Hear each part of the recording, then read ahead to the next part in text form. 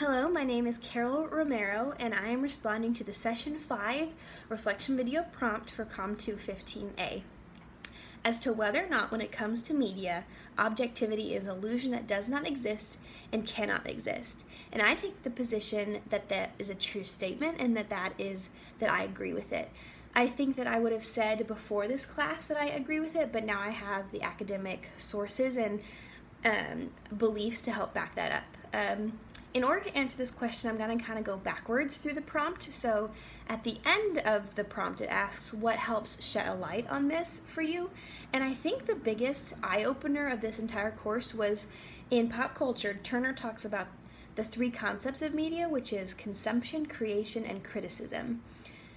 Now, as consumers of media, we are human beings, and I think to our core it is impossible for us to be truly objective. I think that people grow up with preferences. For example, the prompt talks about how children watch 16 to 18,000 hours of TV by the time they're in high school.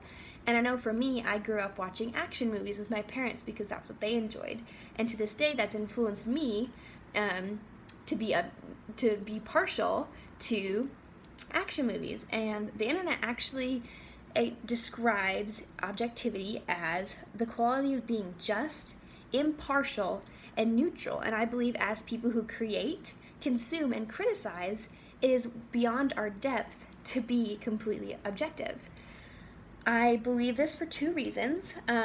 First being Marshall's idea of the global village. I feel like the way that he talked about how the world is in essence becoming smaller because of media is so true, and also society and media are becoming so intertwined it's becoming impossible to separate the two. And because of that, people's opinions and thoughts and every waking moment is recorded on our electronics, and because of that, the things that we're consuming on a daily basis are created by people who have an inability to be completely neutral or impartial on any given subject. Another example is in Postman's video, he talks about political campaigns and debates and how it's much less about what candidates are actually saying, but how they're looking. Do they look comfortable on TV? Does their family look happy? I feel like in Trump's inauguration speech, people were much more focused on the way his wife looked or how his family looked, as opposed to what our new president was actually saying. And I believe that is because people were watching it through the media. And if you watch something live on YouTube, you can see the comments streaming down if you're watching something live.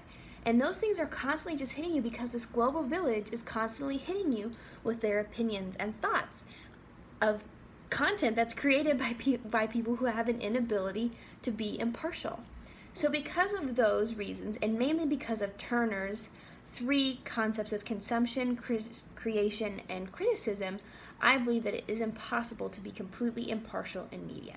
Thank you.